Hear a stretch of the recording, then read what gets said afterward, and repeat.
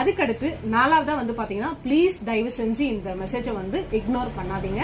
கொஞ்சம் சீரியஸா எடுத்துக்கோங்க இந்த விஷயத்தை. அதாவது நான் இப்ப ரீசெண்ட் டேஸ்ல நிறைய பேர்கிட்ட பாக்குறேன், ஒரு பிசினஸ் நீங்க பண்றீங்க அப்படின்னா அந்த பிசினஸோட டீப்பான நாலேஜ் வந்து பாத்தீங்கன்னா ஃபர்ஸ்ட் உங்ககிட்ட இருக்கணும்னு வச்சுக்கோங்களேன்.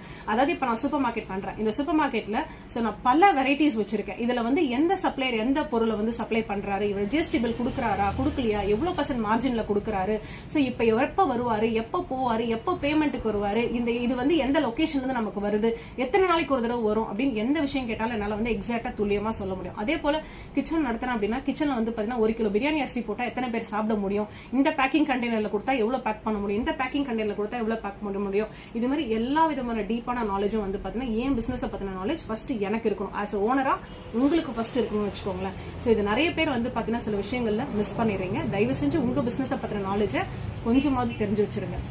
See you.